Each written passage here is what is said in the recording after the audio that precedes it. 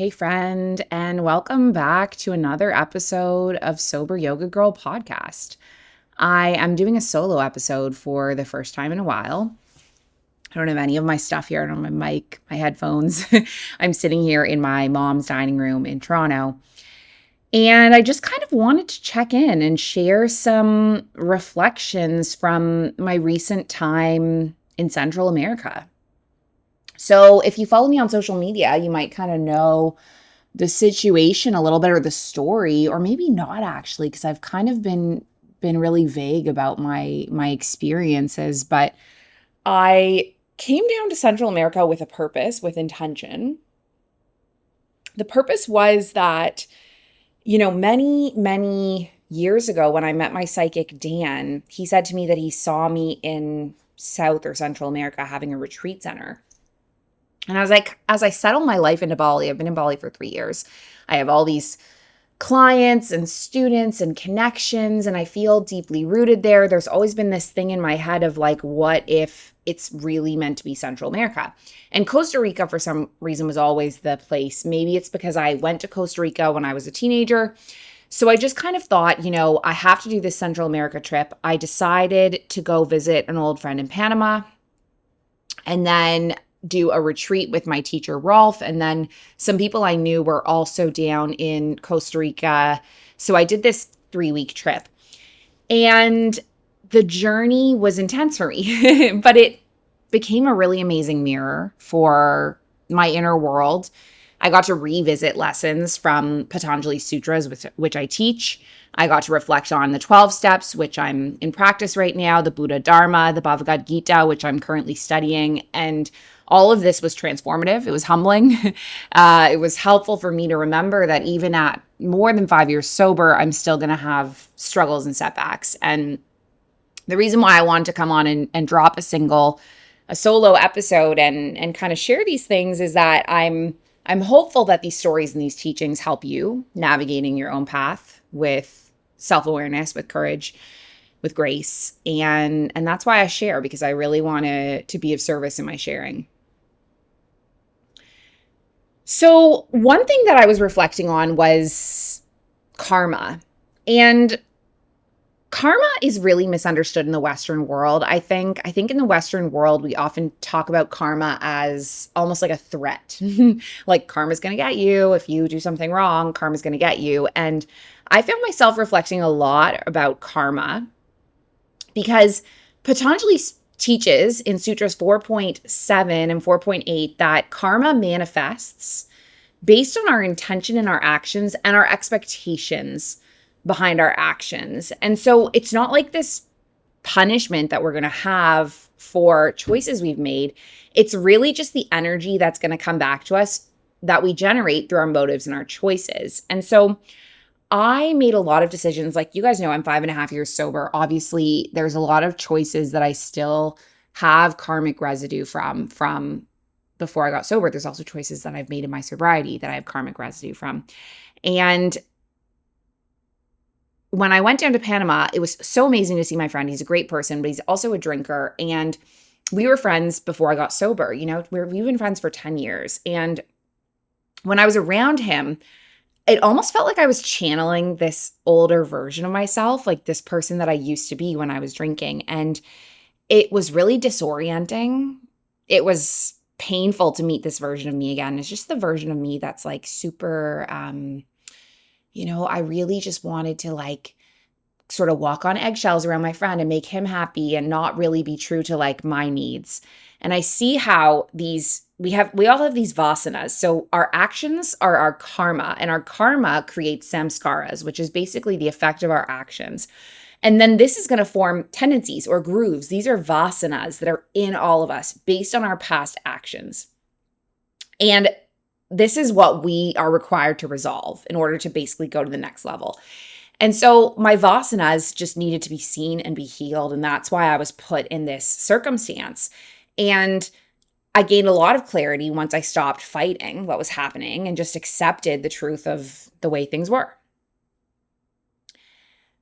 One of my yoga teachers His name is Rolf Gates. He's absolutely amazing. If you listen to this podcast for a while, you've probably heard me name drop him like a million times.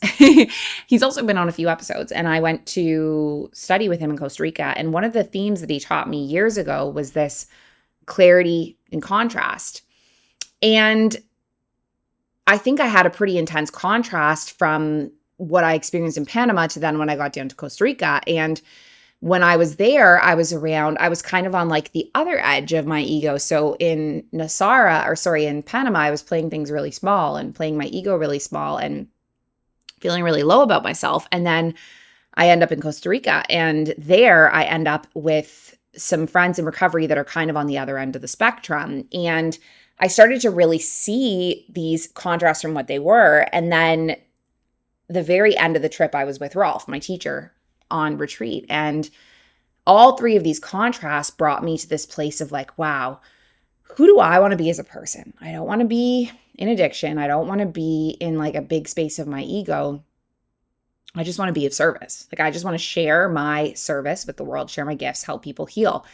And I realized that this contrast of all these experiences was really helping me come back to who I want to be as a person. And I love this about Rolf, is that he like really keeps me in line. Like, he's like, Alex, like, you're very gifted, but don't let that get to your head, basically. And this constantly reminding me, okay, these gifts are not me. They're actually God, right? They're God being channeled through me. The gifts of yoga, the gifts of bhakti, devotion, the gifts of kirtan and chanting and connecting and healing. This is all not actually me. It's God channeled through me, right? God, or whatever your higher power is, whatever you believe in. And it's that spirit that lives in all of us, and all of us have gifts. All of us have gifts. So no one is specially gifted more than anyone else. They're just channeling those gifts. Yoga Sutra 2.15 says that a wise person knows that all worldly experiences, even the difficult ones, lead to learning, lead to suffering, and lead to growth. And everything is learning. And by the end of this retreat, I felt this spark of hope again, remembering that everything happens for a reason. There's a teaching in every moment. And it's also expressed in the Bhagavad Gita, which tells us that it's not the outcome of our actions, but our surrender to the process that liberates us. And letting go of attachment and of expectations, for me, was key. Another big takeaway I had was this idea of the light always being on. So every time we sit down to meditate, Rolf always says, like, take refuge in the fact that you're already awake. The light is already on. You just need to sit and feel it within you. And I had this hilarious experience, or something I thought was really funny, is that the light didn't work in my room at the retreat. And they ended up bringing me a lamp. It was fine. It was super nonchalant. And then something happened where Rolf had actually asked me years ago, or when I told him years ago that I was newly sober, he's like, you need to go to a meeting. And I was like, I'm not going to a meeting. Like, I was super, if you know me from 5 years ago, I was like super anti-AA. You know, I had read Holly Whitaker's book. I thought it was anti-feminist. That was my opinion. And Rolf was super diehard of like, you need to do the steps. You need to get a sponsor. You need to go to AA. And I've recently gotten into the 12 steps via doing a retreat that I did in March. And I ended up getting this opportunity to chair a 12-step meeting because someone kind of approached me and said, wouldn't it be cool if we ran a meeting? And then I asked Rolf, and then I somehow end up chairing the meeting. So I chair this meeting and I get connected to service again, which is the key in all of this. Like, if you are depressed, sit down and be like, how can I be of service? Call someone up, support them, help them, be of service. And that's how you can heal. And I kind of lost that for a few days.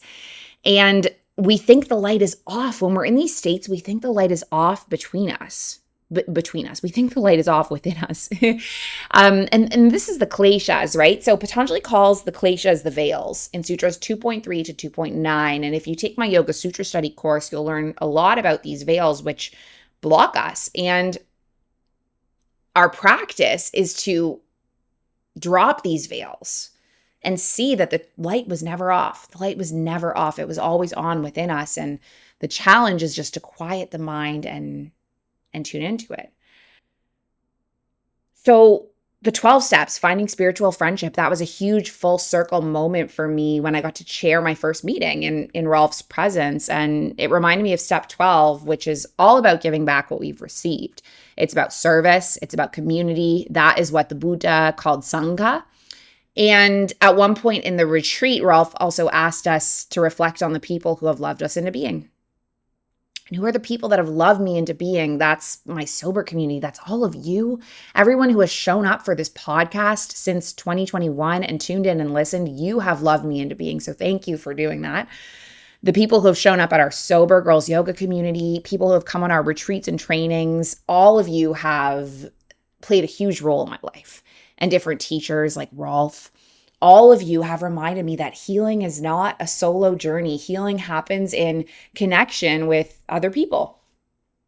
And this retreat also reignited my connection to Bhakti yoga, which is the yoga of devotion. And one thing that happened is in 2019, Rolf actually asked me to play the harmonium and lead a chant. And I said no, because I was too scared. And on this retreat, again, he asked me to play the harmonium and chant. And I said yes. And I chanted for, we were all in meditation. We meditated 3 times a day for 2 hours total on his retreat. It was amazing. But he asked me on the last day to chant the group out of meditation. First I said no, and then I said yes, and I chanted Krishna Das's Hanuman, and it just awakened something within me, like this sense of devotion, of surrender, of gratitude. And it reminds us that none of us, like, we're all gifted people. Everyone has special gifts, but none of these gifts are ours alone. They're all gifts that are from the divine. They're all channeled through us, and they're channeled through us to be of service to the rest of the world. And so I have a few things that I take away from the last few weeks. The first is the light is always on within all of us. When we feel lost, we don't need to search for the light. We don't need to turn on the light. We know that the light is always on within us. We just need to turn inwards and see it and see the light being on. The second takeaway is that spiritual friendship is key. So surround yourself with people who inspire and support your growth, your healing. If you're feeling alone or lost, get into community. We have retreats coming up. We have teacher trainings coming up. You belong in our community. You're meant to be there.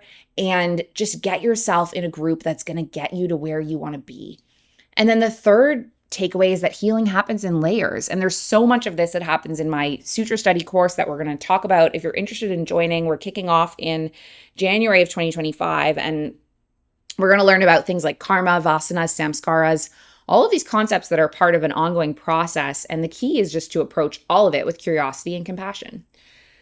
So I want to wrap all of this up with a quote from Marianne Williamson that Rolf shared in his book. He said, if you want to end darkness, you cannot beat at it with a baseball bat. You have to turn on the light.